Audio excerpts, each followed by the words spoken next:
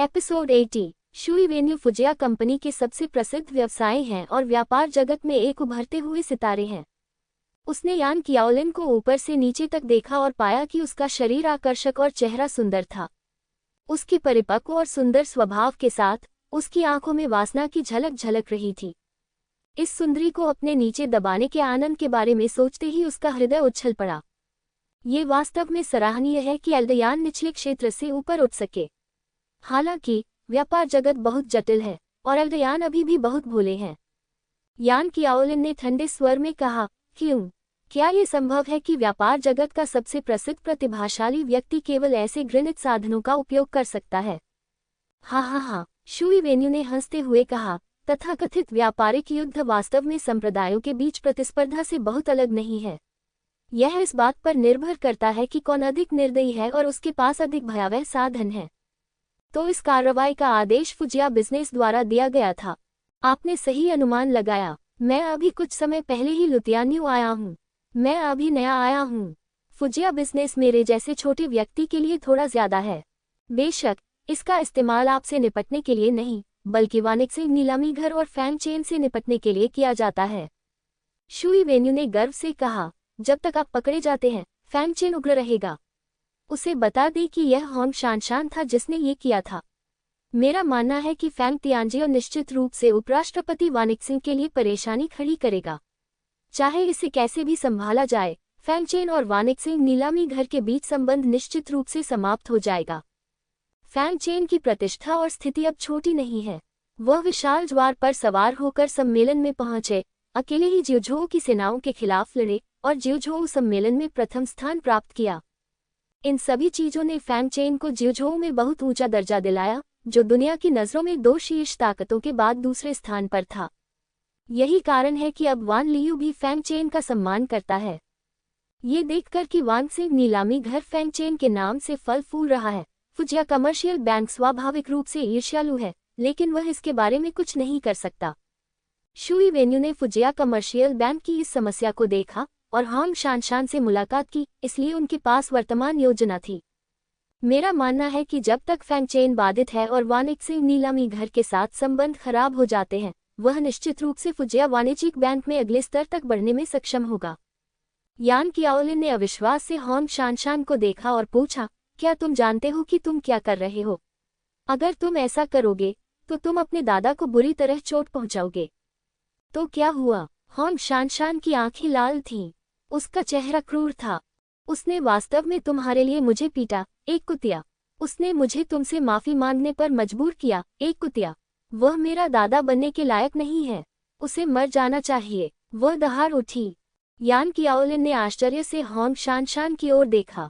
वह जानती थी कि वह स्वेच्छाचारी और मनमौजी है, लेकिन उसने यह अपेक्षा नहीं की थी कि वह इस तरह होगी। वानिक्सिंग में हर कोई जानता था कि होंग ताइलेई अपनी पोती से सबसे ज्यादा प्यार करता था, और उसे नहीं पता था कि उसने उसे वानिक्सिंग में प्रवेश दिलाने के लिए कितनी रकम चुकाई थी। लेकिन होंग शानशान वास्तव में अपने दादा को मारना चाहती थी, क्योंकि पहले जो कुछ हुआ था। पागल, तुम सच में पागल हो, यान कियाओलिन ने कहा। आप कभी नहीं जान पाएंगे कि मैं पागल हूं या नहीं, होंग शानशान ने मुस्कुराते हुए शुई वेन्यू से कहा। मिस्टर शुई, उसे मार डालो। कोई जल्दी नहीं, शुई वेन्यू ने मुस्कुराते हुए कहा। ऐसी सुंदरता का पहले आनंद लिया जाना चाहिए। उसने अपने आसपास खड़े अन्य दो लोगों की ओर देखा और कहा, जब मेरा भरपूर मनोरंजन हो जाएगा तब तुम्हारी बारी होगी। हे मिस्टर जी, दोनों ने लालच से यान कियाओलिन पर निशाना साधा। उन्होंने पहले कभी ऐसी खूबसूरती का आनंद नहीं लिया था। यहाँ मत आना। यान कियाओलिन का हाथ प्रकाश से चमक उठा और उसके हाथ में एक लंबा भाला दिखाई दिया और उसमें आध्यात्मिक शक्ति डाली गई। शुई वेन्यू और अन्य लोग ये देखकर हंस पड़े। क्या आप अब भी विरोध करना चाहते हैं? आप अपने जन्मजात क्षेत्र के साथ क्या कर सकते हैं? जिन दो लोगों को वह लाया था, वे दोनों दाओदाओ क्षेत्र के तीसरे स्तर पर थे, और संरचना के साथ बाहरी दुनिया के लिए ये जानना असंभव था कि यहाँ क्या हो रहा था। उसे पकड़ो, शुई वेन्यू ने आदेश दिया। फाड़ दो उसके कपड़े। सुंदरी, मैं तुम्हें बताऊंगा कि परमानंद में होने का क्या मतलब है। दोनों गुंडे दौड़े और दाओदाओ क्षेत्र के दबाव ने यान कियाओलिन को घेर लिया, जिससे वह हिलने में असमर्थ हो गई। यान कियाओलिन का चेहरा निराशा से भरा था। वह दाओ दाओ राज्य के सामने आत्महत्या भी नहीं कर सकती थी, लेकिन वह अभी मरना नहीं चाहती थी। उसकी जिंदगी अभी शुरू हुई है, उसे अभी भी बहुत कुछ करना है। फैंग चेन, मुझे बचाओ, वह अपनी आखिरी ताकत से चिल्लाई। हे, यहाँ चिल्लाना बेकार है। शुई वेन्यू और होंग शानशान विजयी भाव से हंसे। टकराना। लेकिन इस समय यान कियाओलिन के बगल की जगह मुड़ गई। हवा में से एक हाथ प्रकट हुआ और उसने धीरे से उसके जैद जैसे हाथ को पकड़ लिया। उसके साथ एक परिचित गंध आई जिससे उसे सहजता महसूस हुई। उसने अपना सिर घुमाकर उसकी ओर देखा। ये व्यक्ति फैंग चेन के अलावा और कौन हो सकता है? उस व्यक्ति की अचानक उपस्थिति से शुई वेन्यू और अन्य लोग भी भयभीत हो गए। उसी समय एक राक्षसी शक्ति अचानक प्रकट हुई। शुई वेन्यू और अन्य लोगों के दिल कांप उठे। इस समय फैंग चेन एक राक्षस की तरह था।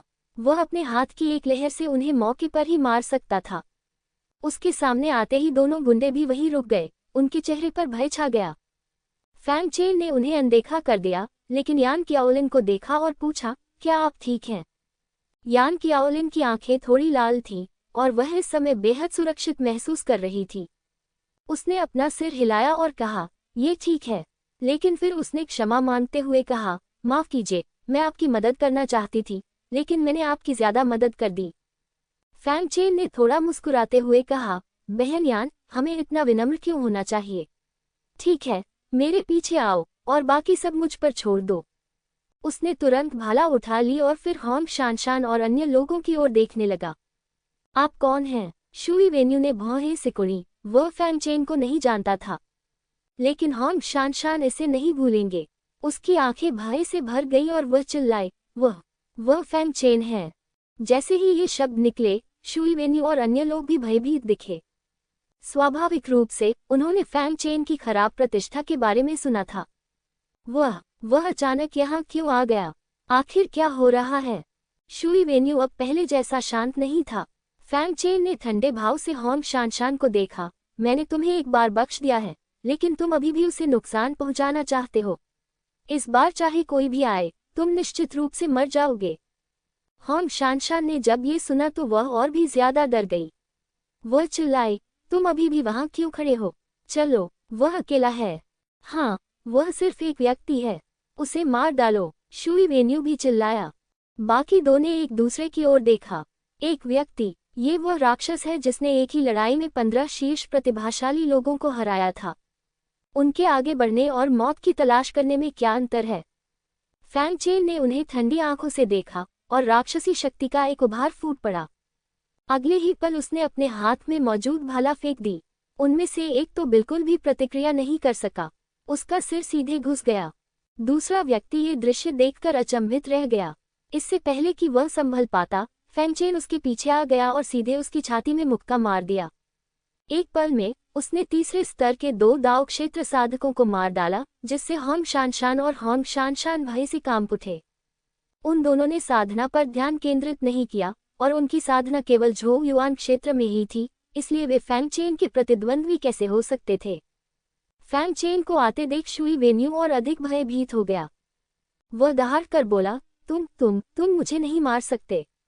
मैं फुजिया ट्रेडिंग कंपनी से हूँ। अगर तुम उसे मार दोगे तो फुजिया ट्रेडिंग कंपनी तुम्हें जाने नहीं देगी। होंग शानशान ने भी चिल्लाया, उसे मार दो, मेरे दादाजी तुम्हें कभी जाने नहीं देंगे। फैंग चेन उदासीन था और उन दोनों की ओर चलता रहा, लेकिन इस क्षण तो आसपास के घर कांप उठे और अगले ही क्षण पूरी सराय हवा में उड़ गई। जैसे ही सराय टूट गई, संरचना भी अपने आप टूट गई और फैंग चेन और अन्य लोगों ने तुरंत कई शक्तिशाली आभाओं को महसूस किया। ऊपर देखने पर उसने देखा कि कई लोग शून्य में रह रहे हैं। इन लोगों में वान लियू और होंग टेली दोनों वहां थे और फैंग चेन ने बाकी लोगों को कभी नहीं देखा था। यान कियाओलिन ने इन लोगों को देखा और उनका परिचय कराने के लिए फैंग चेन को एक संदेश भेजा।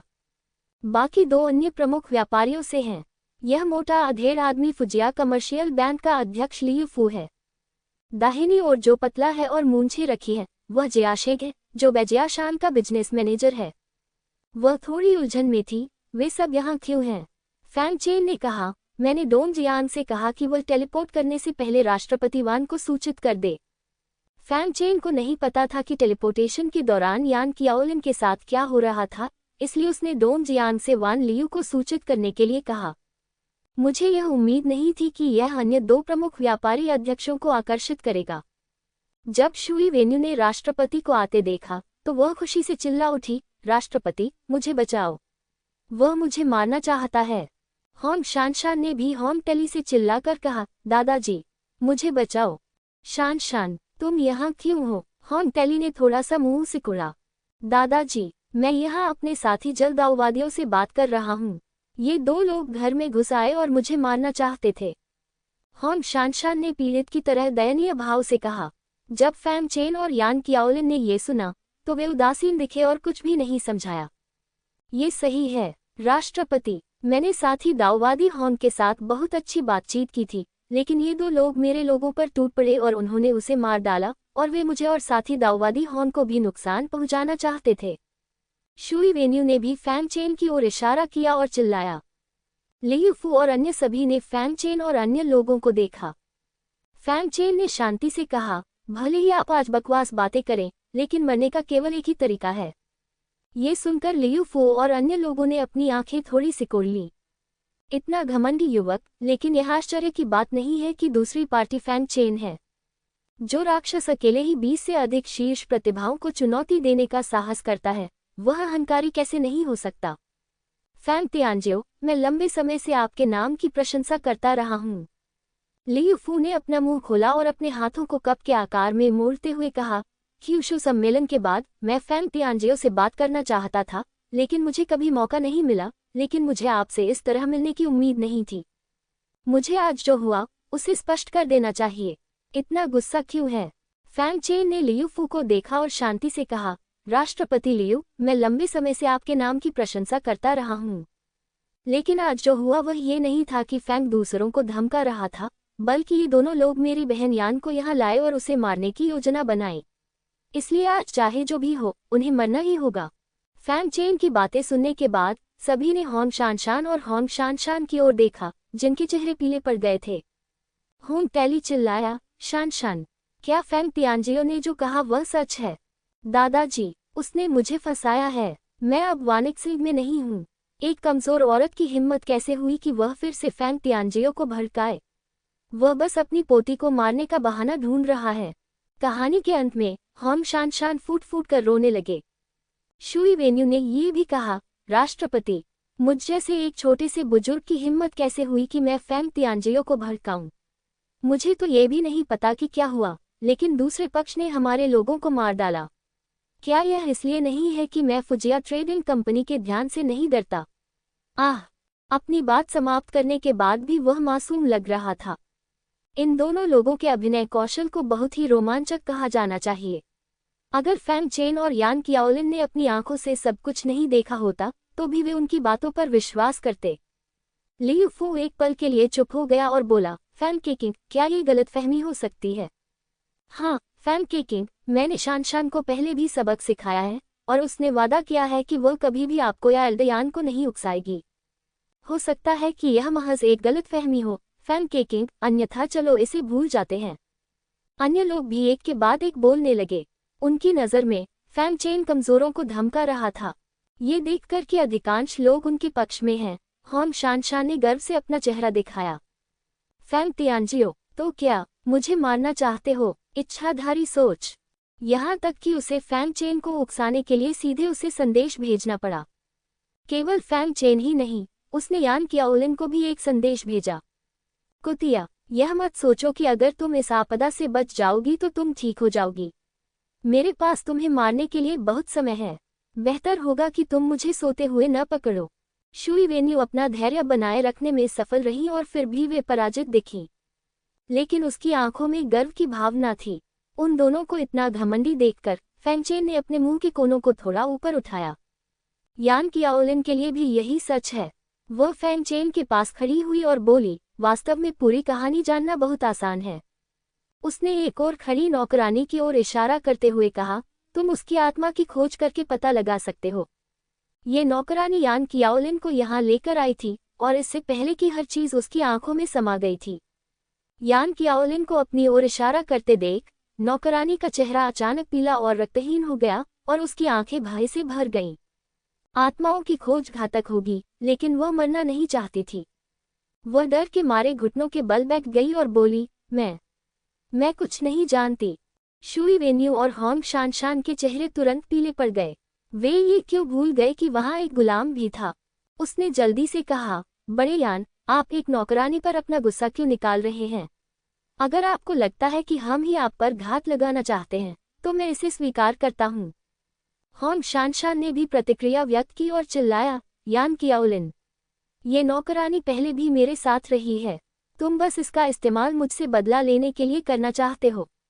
यान कियाओलिन ने उन दोनों को हल्के से देखा, उसकी खूबसूरत आंखें ठंडक से भरी थीं। बदला?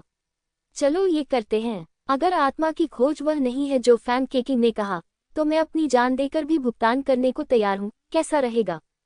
जैसे ही ये शब्द निकले, पूरा स्थान सन्नाटे में डूब गया। एक नौकरानी का जीवन अत्यंत दीनहीन होता है, यहाँ तक कि एक आध्यात्मिक पशु से भी बदतर। यान कियाओलिन अपनी जान के बदले अपनी जान देने को तैयार है, इसलिए ये कहने की जरूरत नहीं है कि क्या हुआ। यान कियाओलिन ने होंग टेली को देखा, एक पेशेवर मुस्कान दिखाए और कहा, एड होंग, इसमें आपके बारे में सामग्री है। मुझे विश्वास है कि आपको बहुत दिलचस्पी होगी। बेशक, उन्होंने वही कहा जो होंग शानशान ने कहा था। होंग शानशान का चेहरा और भी पीला पड़ गया, और वह खुद को रोक नहीं सकी और चिल्लाई, मैं मानती हूँ। हमने उसे मारने की योजना बनाई थी। उसके शब्दों ने किसी को आश्चर्यचकित नहीं किया, बल्कि लोगों में होंग शानशान ने जो कहा, उसके बारे में जिज्ञासा और अधिक बढ़ गई। फैंग चेन भी संदेह से भरा था, जबकि यान कियाओलिन ने होंग शानशान के शब्दों को फैंग चेन तक पहुंचाया। ये सुनकर फैंग चेन हंस पड़ा। फिर उन्होंने कहा, उपराष्ट्रपति होंग, आपने वास्तव में एक अच्छी पोती का पालन पोषण किया है। होंग टेली का चेहरा और अधिक उदास होता गया, लेकिन फैंग चेन किसी को भी मारने की जल्दी में नहीं था। उन्होंने कहा, सब लोग, मैं तुम्हें एक अच्छा शो दिखाता हूँ। उसने अपना हाथ नौकरानी की ओर बढ़ाया और उसका सिर पकड़ लिया। वह नौकरानी केवल आत्मा सभा क्षेत्र में थी, इसलिए उसके लिए इसका सामना करना संभव नहीं था। फैंग चेन ने ठंडी सांस ली और सीधे गुप्त तकनीक का इस्तेमाल किया। ये गुप्त तकनीक पशु नियंत्रण संप्रदाय में सीखी गई थी, और यह छवियों के रूप में यादों को सामने ला सकती है। नौकरानी पीड़ा में दिखी और बुरी तरह चिल्लाने लगी, लेकिन फैंग चेन उदासीन था।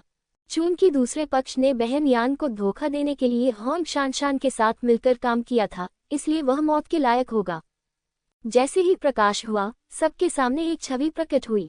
फैंग चेन ने स्वाभाविक रूप से निकटतम को चुना, इसलिए नौकरानी ने यान कियाओलिन को यहाँ आने के लिए धोखा दिया, और फिर होंग शानशान और शुई वेन्यू की बातें सभी ने सुनी।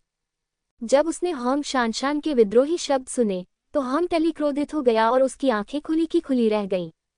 दादाजी, मेरी बात सुनिए, चीजें वैसी नहीं है जैसा आप सोचते हैं। होंग शानशान ने दयनीयता से कहा। यदि होंग टेली को इसकी परवाह नहीं होती, तो वह निश्चित रूप से मर जाती। लेकिन होंग टेली मूर्ख नहीं था। उसने ठंडी नाक से नाक सिकोड़ी और कहा, ये वैसा नहीं है जैसा मैंने सोचा था। तो क्या हुआ? मैं अब इसकी परवाह नहीं करूंगा, अलविदा। उन्होंने अपनी आस्तीनें उतारी और होंग शानशान की जान या मौत की परवाह किए बिना सीधे वहां से चले गए।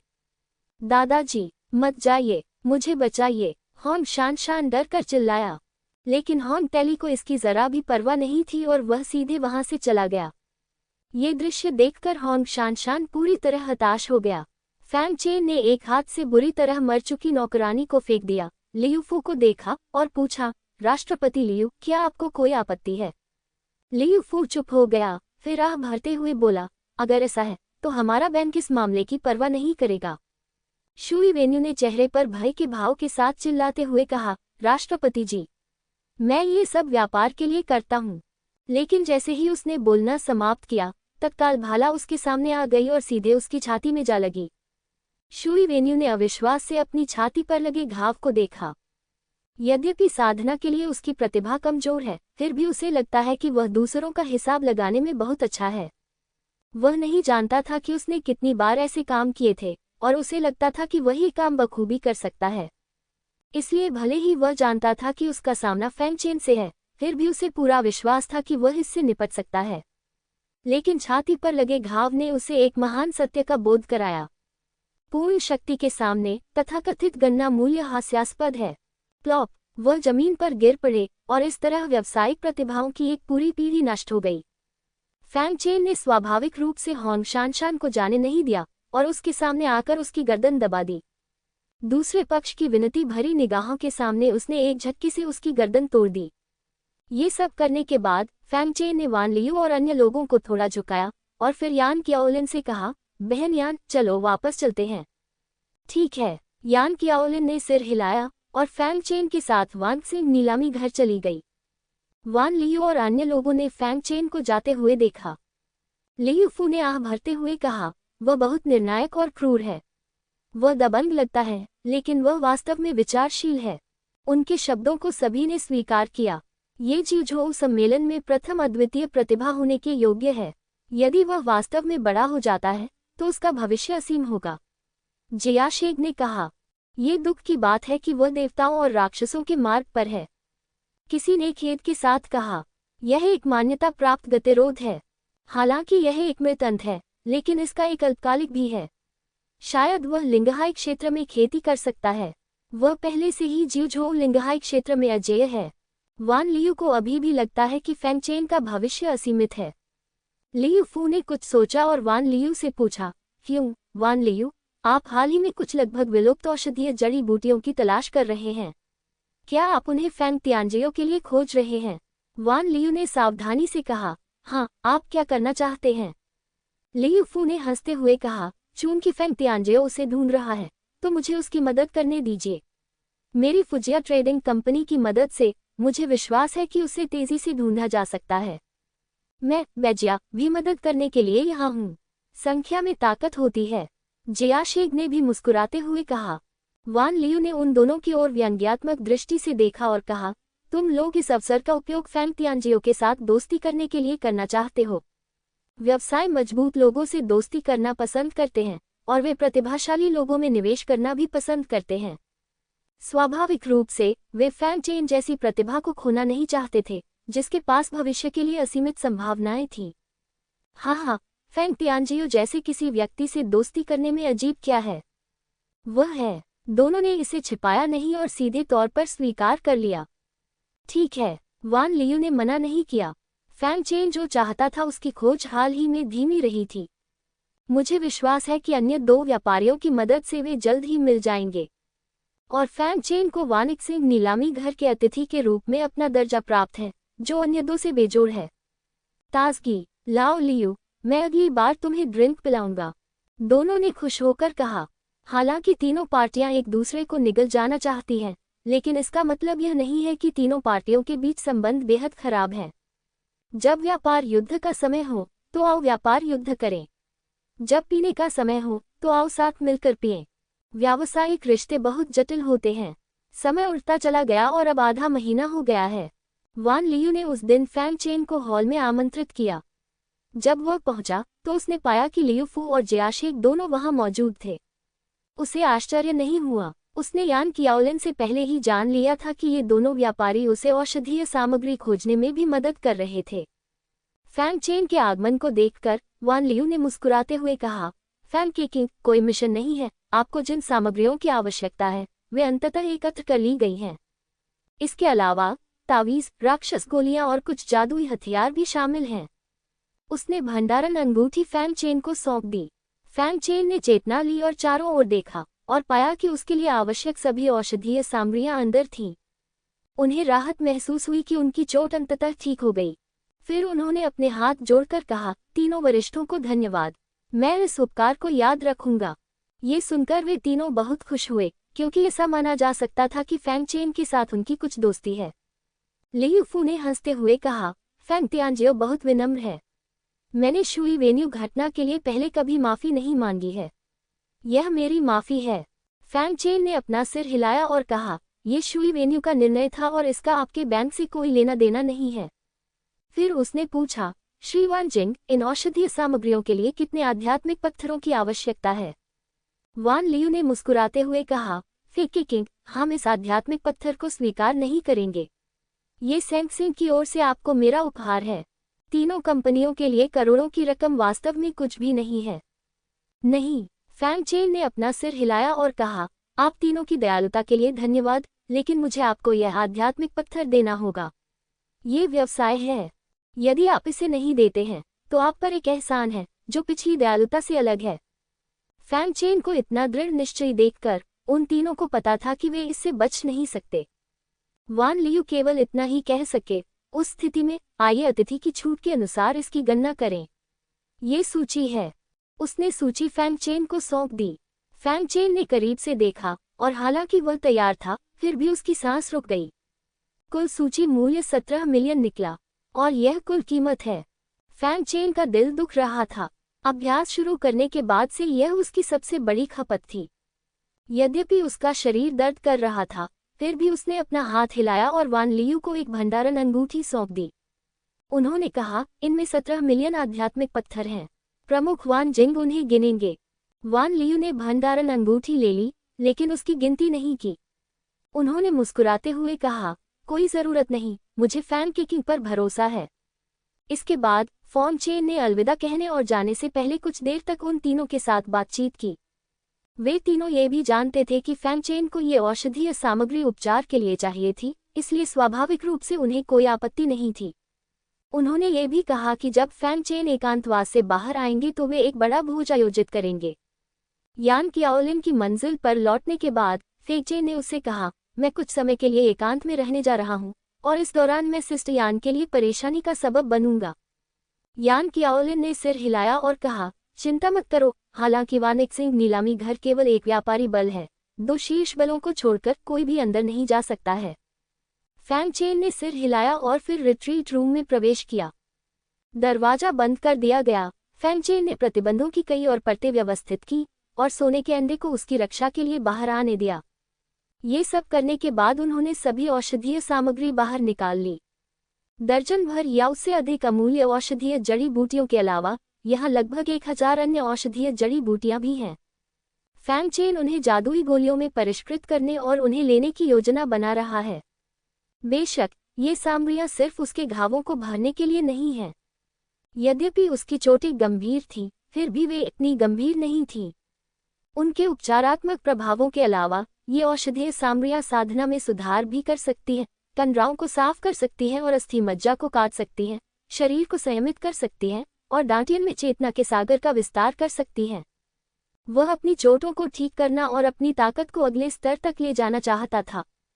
सही। फैंग चेन ने अपना हाथ फड़फड़ाया और दिव्य लौह कवच जी उसके हाथ में प्रकट हुआ। जब वह अपनी चोटों को ठीक कर रहे थे तो उन्हें इस शारीरिक प्रशिक्षण पद्धति को देखना पड़ा। शीर्ष जुबान पे 9वें स्तर के कौशल के कुल 9 स्तर हैं। यदि आप अभ्यास करना चाहते हैं तो आपको सबसे पहले 3 ताओवादी ग्रंथों लौह, शक्ति और कवच को समझना होगा तथा सभी 36 चैनलों को खोलना होगा। ये कहा जा सकता है कि आवश्यकताएं बहुत अधिक हैं और जो लोग इसका अभ्यास कर सकते हैं वे बहुत दुर्लभ हैं। लेकिन साथ ही इसकी ऊपरी सीमा भी बेहद ऊंची है।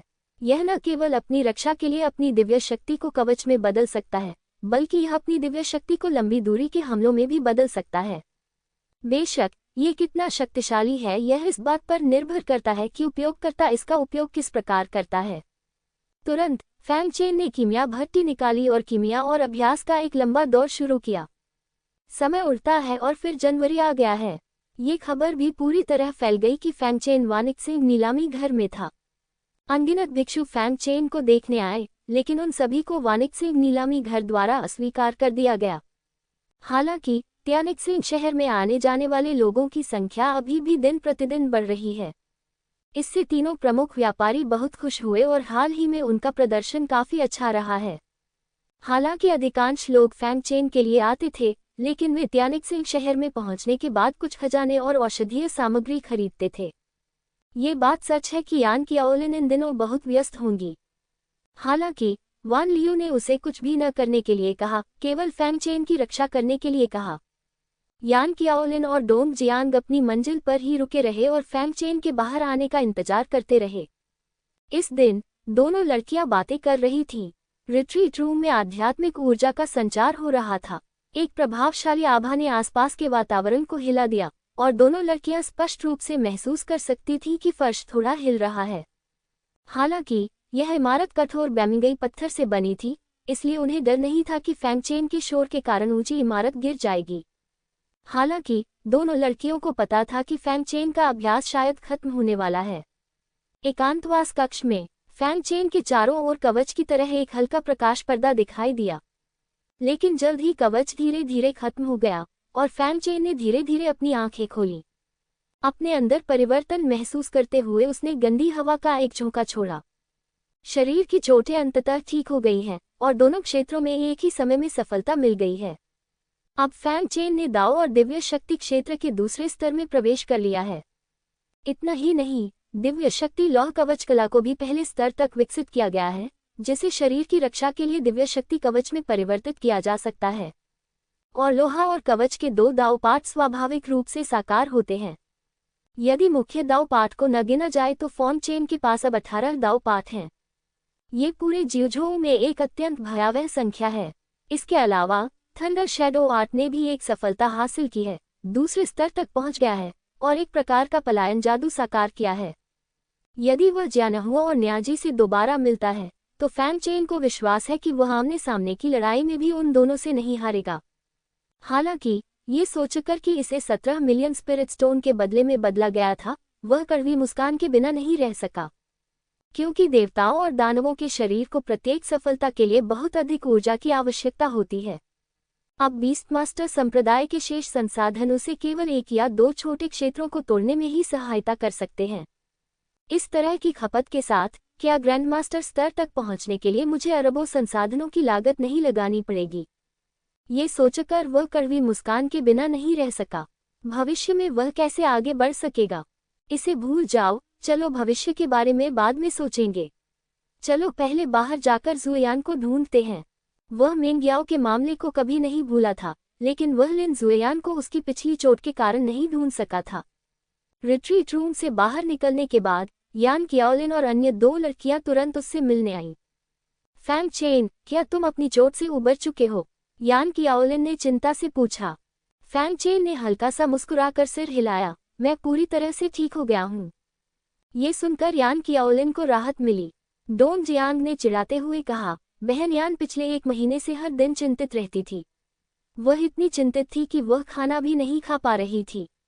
यान कियाओलिन थोड़ा शर्मा गई। डोंग जियांग को घूरते हुए बोली, तुम्हारी हिम्मत कैसे हुई मुझसे ऐसा कहने की? इन दिनों तुम भाई फैंग के रिट्रीट को इतनी उत्सुकता से देख रही हो कि तुम पति की प्रतीक्षा करने वाली पत्थर बन गई हो। ये देखकर कि उसकी पोल खुल चुकी है, डोंग जियांग का चेहरा लाल हो गया। मैंने नहीं किया। वह बहस करना चाहती थी, लेकिन जब उसकी नज़र फैंग चेन से मिली तो उसका चेहरा लाल हो गया और वह उसकी ओर देखने की हिम्मत नहीं जुटा पाई। फैंग चेन ने असहाय होकर कहा, ठीक है बहन यान, उसे तंग करना बंद करो। उन्होंने पूछा, हाल ही में कुछ नहीं हुआ? हाल की घटनाओं के बारे में बात करते हुए यान कियाओलिन ने भावुक होकर कहा, आप जानते हैं, आपके रिट्रीट के दौरान वास्तव में बहुत सी चीजें घटित हुई। क्या चल रहा है? तियानशिंग शहर अब लोगों से भरा हुआ है और उनमें से अधिकांश आपके लिए यहाँ आते हैं। फैंग चेन दंग रह गया। हाँ, बस तुम्हें देखने आया हूँ। अगर तुम अभी आओगे तो निश्चित रूप से लोग तुम्हें घेर लेंगे। इस बिंदु पर यान कियाओलिन के होंठ थोड़े मुड़े हुए थे और उसने कहा, उनमें से ज्यादातर लोग खूबसूरत महिलाएं हैं। भाई फेग के लिए वाकई बहुत सारे रोमांटिक रिश्ते बनना तय है। चाहे वह कहीं भी जाए, वह खूबसूरत महिलाओं से घिरा रहेगा। फैंग चेन ने यान कियाओलिन को देखा और मुस्कुराते हुए कहा, शहर में हजारों सुंदरियां हो सकती हैं, लेकिन वे निश्चित रूप से सिस्टर यान जितनी सुंदर नहीं हैं। यान कियाओलिन को उम्मीद नहीं थी कि फैंग चेन ऐसा कहेगा और उसका चेहरा फिर से लाल हो गया। उसने फैंग चेन को घूरते हुए कहा, तुम एक अच्छे भाई हुआ करते थे, लेकिन अब तुम एक बुरे भाई बन गए हो और अपनी बहन का मजाक उड़ा रहे हो। फैंग चेन मुस्कुराया और कहा, मेरी बहन को इतना आकर्षक कौन बनाता है? विषय पर वापस आते हुए यान कियाओलिन ने पूछा, आपकी आगे क्या योजना है? फैंग चेन ने कहा, मैं तियानिल दिव्य संप्रदाय जा रहा हूँ। यान कियाओलिन दंग रह गई, क्यों? क्या तुमने तियानिल दिव्य संप्रदाय से संबंध नहीं तोड़ लिए? फैंग चेन ने सिर हिलाया और कहा, वास्तव में, लेकिन मैं सीनियर सिस्टर लिन जुयान को खोजने की योजना बना रहा हूँ। मेंग याओ ने मुझे उसे कुछ देने के लिए कहा था। यान कियाओलिन को अचानक एहसास हुआ। फिर उसने कहा, मुझे याद है कि तियानिल दिव्य संप्रदाय तियानडोंग शहर में है। ये शहर लुतियानियू में तियानिल दिव्य संप्रदाय का सभा स्थल है। ये कहना अजीब है कि निचले 3 क्षेत्रों की शीर्ष सेनाएं वापस चली गई हैं। लेकिन मध्य और ऊपरी 6 क्षेत्र लुतियान क्षेत्र में बने हुए हैं और अभी भी खजाने की खोज कर रहे हैं। हाल ही में वे हमारे 3 प्रमुख व्यापारियों के पास कुछ दुर्लभ सामग्रियों की तलाश में आए थे। उन्होंने ये भी कहा कि जब तक वे आत्मा पत्थर पा सकते हैं तब तक कोई समस्या नहीं होगी।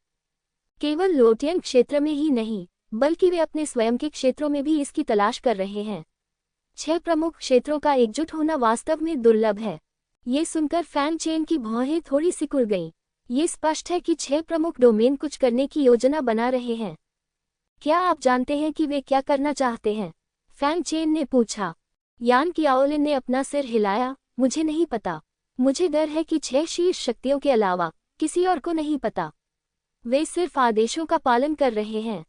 फैंग चेन ने थोड़ा सिर हिलाया और मामले पर ध्यान दिया, लेकिन उसे इसकी ज्यादा परवाह नहीं थी। चाहे 6 प्रमुख डोमेन ताकतें कुछ भी करें, इससे उसे कोई लेना देना नहीं था। क्या आप उन लोगों से मिलना चाहते हैं जो आपसे मिलने आते हैं? यान कियाओलिन ने पूछा। देखना नहीं, उसे इन लोगों से मिलने में कोई दिलचस्पी नहीं थी। मैं राष्ट्रपति वान और अन्य लोगों से मिलने जा रहा हूं और फिर चला जाऊंगा। मैं सभी काम निपटाने के बाद आपसे मिलने आऊंगा, उन्होंने कहा। अच्छा। यद्यपि यान कियाओलिन अनिच्छुक थी, लेकिन वह समझती थी कि फेक चेन के लिए हमेशा उनके साथ रहना असंभव था। डोंग जियांग अपनी अनिच्छा नहीं छिपा सकी, लेकिन उसने आज्ञाकारी ढंग से सिर हिला दिया। फैंग चेन ने मुस्कुराते हुए डोंग जियांग के सिर पर हाथ फेरा और कहा, मैं जल्द ही वापस आऊंगा। इसके बाद फैंग चेन ने वान लियू और अन्य लोगों से मुलाकात की। दोपहर तक बातचीत करने के बाद वान एक्सिंग नीलामी घर ने घोषणा की कि फैंग चेन लंबे समय तक एकांत में रहेगा और अल्पावधि में बाहर नहीं आएगा। इससे यहाँ आने वाले भिक्षुओं को बहुत निराशा हुई, लेकिन वे कुछ नहीं कर सके। वे सिर्फ फैंग चेन को देखने के लिए वान एक्सिंग नीलामी घर में घुस नहीं सकते। इससे न केवल फैंग चेन बल्कि वान एक्सिंग नीलामी घर भी नाराज हो गया। लेकिन वे नहीं जानते थे कि फैंग चेन पहले ही वान एक्सिंग नीलामी घर छोड़ चुका था। इस समय फैंग चेन ने फिर से अपना रूप बदल लिया और आंतरिक शहर को छोड़कर बाहरी शहर की ओर चल पड़ा। वह सीधे ही वहां से निकल जाना चाहता था, लेकिन जब वह बाहरी शहर में पहुंचा तो उसे एक परिचित युवक दिखाई दिया। ये वही लड़की थी जो फैंग चेन को त्यानिकसिंग शहर घुमाने ले गई थी। हालांकि दूसरा पक्ष अब अकेला नहीं था, बल्कि बहुत सारे लोगों से घिरा हुआ था। लड़की अब अपने दोनों हाथ कमर पर रखे खड़ी थी। उसका चेहरा गर्व से भरा हुआ था। उसके आसपास की लड़कियां उसकी ओर प्रशंसा भरी नजरों से देख रही थीं। वाह, क्या ये सच है? क्या तुम सच में फैंग तियांजियो से मिले हो? और वह आत्मा जहाज को भी अपने साथ वान एक्सिंग नीलामी घर ले गया। लड़कियों ने ईर्ष्या से कहा। इतना ही? लड़की ने गर्व से कहा। केवल इतना ही नहीं, मैंने फैंग तियांजियो से भी बातचीत की। उसने ये भी कहा कि अगर उसे शहर में घूमना है तो वह मुझे अपना टूर गाइड जरूर बनाएगा। लड़की ने गर्व से कहा। फैंग चेन से मुलाकात के कारण हाल ही में उसका व्यापार बहुत अच्छा चल रहा है। अब पहले जैसा नहीं रहा जहां आप प्रति ट्रिप सिर्फ 1 या 2 स्पिरिट स्टोन ही कमा सकते थे। कीमत सीधे 5 या 6 हो गई है। ये सुनकर फैंग चेन की भौहें थोड़ी सिकुड़ गईं। उसे इस बात से कोई आपत्ति नहीं थी कि लड़की उसे प्रचार के लिए इस्तेमाल करे, लेकिन इससे वह अपने दुश्मनों के लिए आसान निशाना बन जाता। यदि आप सावधान नहीं रहे तो हो सकता है कि आपको पता भी न चले और आपकी मृत्यु भी हो जाए। कुछ देर सोचने के बाद उसने अपनी दिव्य और आसुरी आंखें खोली और चारों ओर देखा कि कहीं कोई संदिग्ध तो नहीं है। तुम्हें पता है, उसने वास्तव में एक परिचित को देखा था। मैंने देखा कि एक आदमी चाय की दुकान के सामने बैठा हुआ धीरे धीरे शराब का स्वाद ले रहा था, लेकिन समय समय पर उसकी नज़र याया पर जाती और वह उनकी बातचीत पर कान लगाता। मिंग लुओ, स्वाभाविक रूप से वह दूसरे पक्ष को नहीं भूलेगा, क्योंकि दूसरे पक्ष ने उसका पीछा करने में बहुत प्रयास किया था। मैंने मूल रूप से मिंग्याओ की चीजें लिन जुयान को देने की योजना बनाई थी और फिर दूसरे पक्ष को खोजने गया था, लेकिन मुझे उम्मीद नहीं थी कि दूसरा पक्ष यहाँ दिखाई देगा। मिंग लुओ की नज़रें बार बार लड़की याया पर टिकी रहती थीं, और यह स्पष्ट था कि वह उसे घूर रहा था। फैंग चेन ने थोड़ा सा भौहें सिकुड़ी। क्या तुम मुझसे निपटने के लिए याया का उपयोग करने की योजना बना रहे हो? उन्होंने व्यंग्यात्मक लहजे में कहा कि उन्हें इसकी परवाह नहीं होगी, भले ही बाद में दूसरी पार्टी याया को पकड़ ले।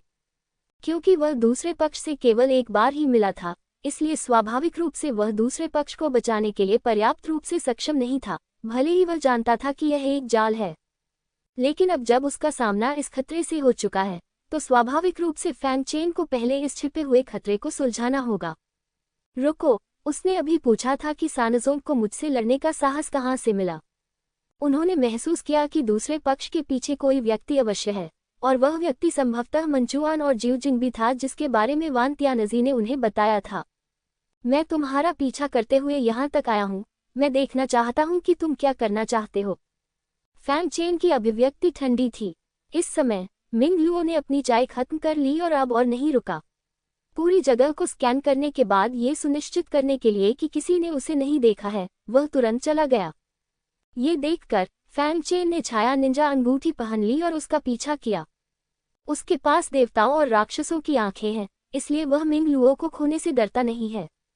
जल्द ही मिंग लुओ एक बड़े रेस्तरां में पहुंच गया। फैंग चेन ने अंदर जाने की कोशिश नहीं की, बल्कि बाहर से दिव्य और राक्षसी आंखों का उपयोग करके सीधे रेस्तरां की दीवार में प्रवेश किया। रेस्तरां में एक गठन प्रतिबंध है जो अन्य लोगों की आध्यात्मिक चेतना और आध्यात्मिक आंखों को जासूसी करने से रोक सकता है। लेकिन फैंग चेन की दिव्य और राक्षसी आंखें पहले ही तीसरे घेरे तक पहुंच चुकी हैं, इसलिए इसे इतने मात्र प्रतिबंध से कैसे रोका जा सकता है। दिव्य प्रकाश नेत्र बिना किसी शोर के दीवार को भेदता हुआ आगे निकल गया, जबकि राक्षसी आत्मा नेत्र दीवार को भेदता हुआ आगे निकल गया।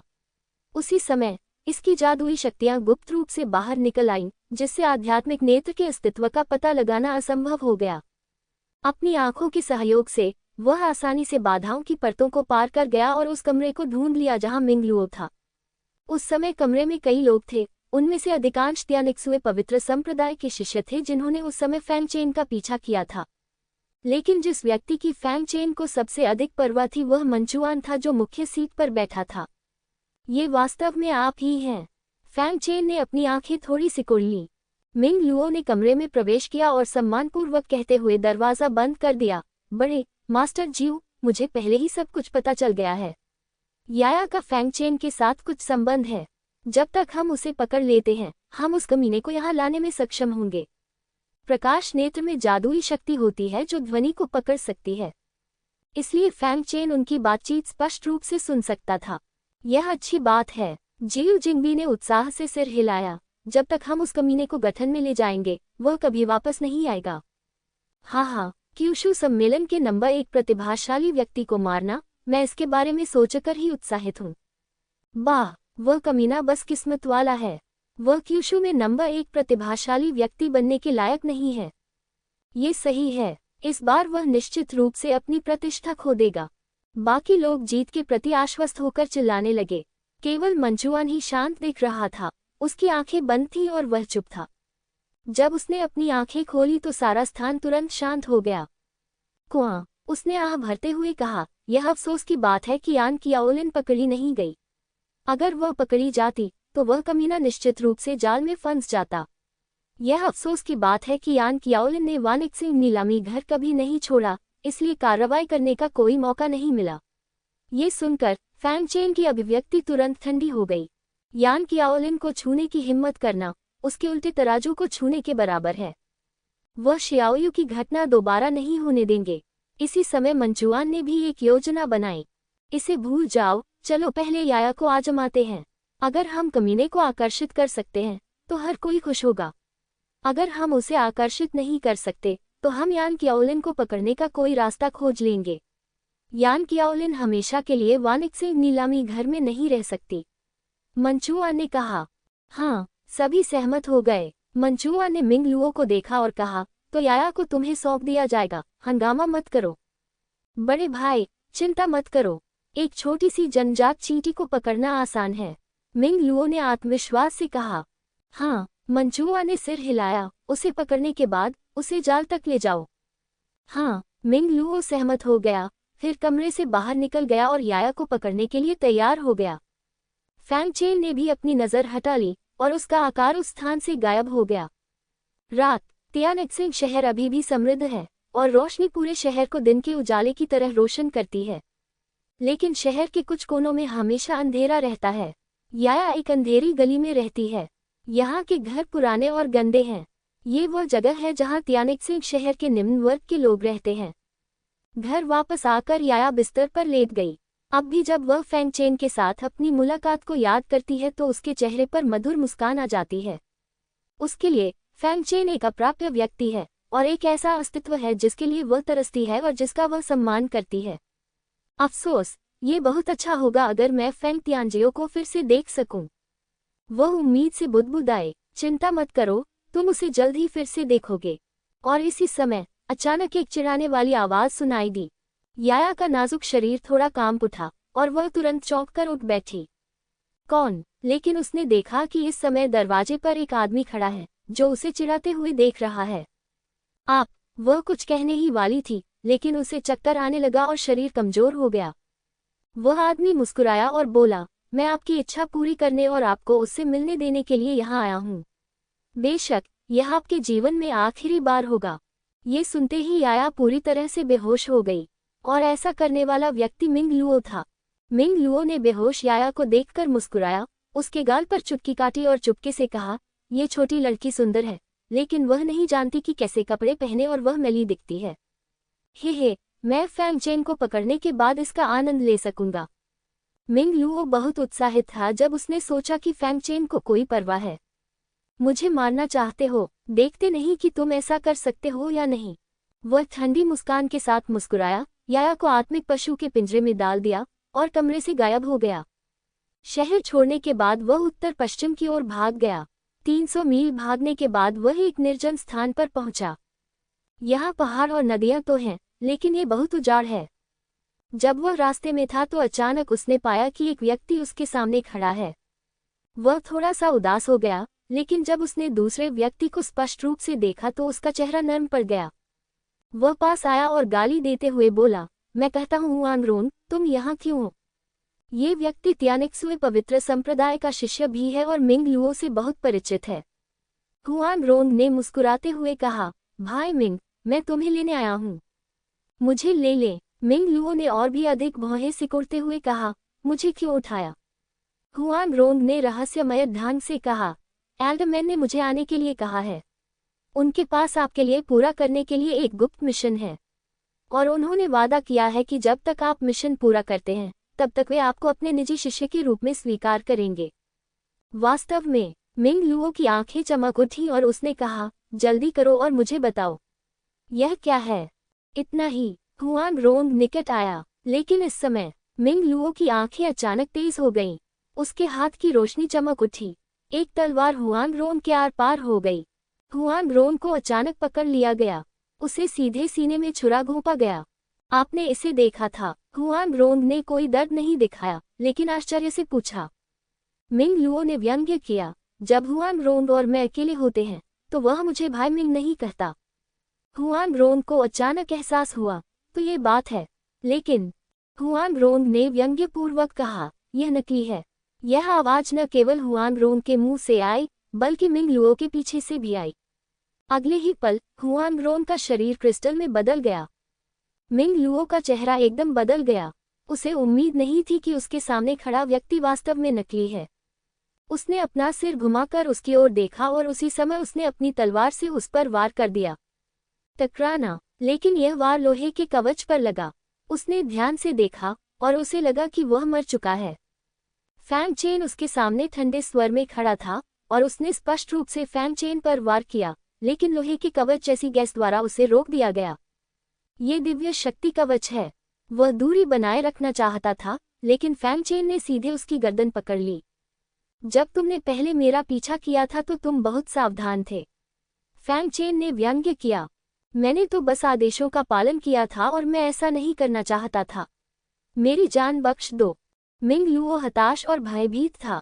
क्या ऐसा है? फैंग चेन ने निर्विवाद रूप से सिर हिलाया। गुरु के लिए आग और पानी से बुझना सामान्य और समझ में आने वाली बात है।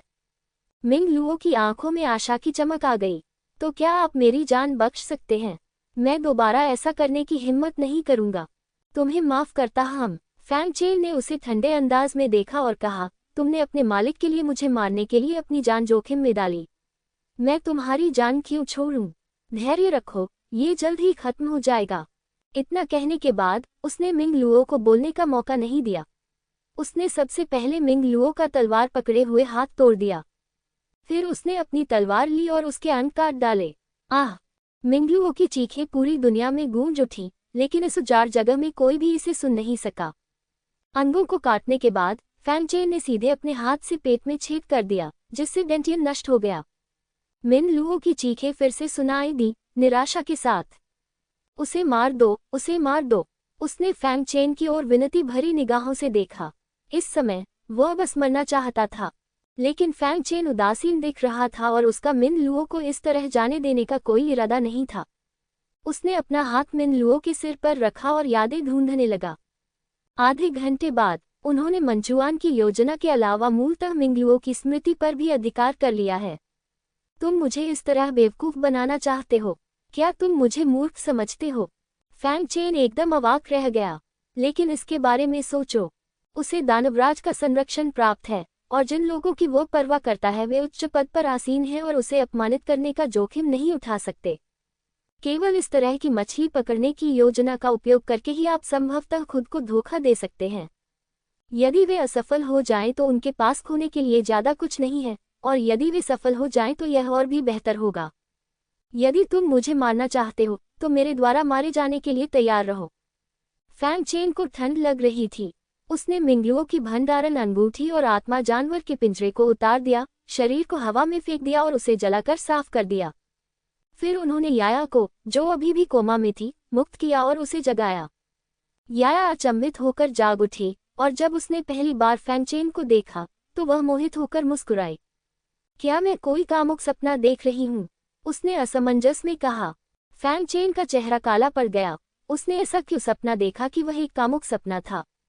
उसने एक किंगशेंग गोली निकाली और याया को देते हुए कहा, उठो, यह कोई सपना नहीं है। अमृत लेने के बाद याया तुरंत जाग गई और उसे एहसास हुआ कि यह एक सपना नहीं था।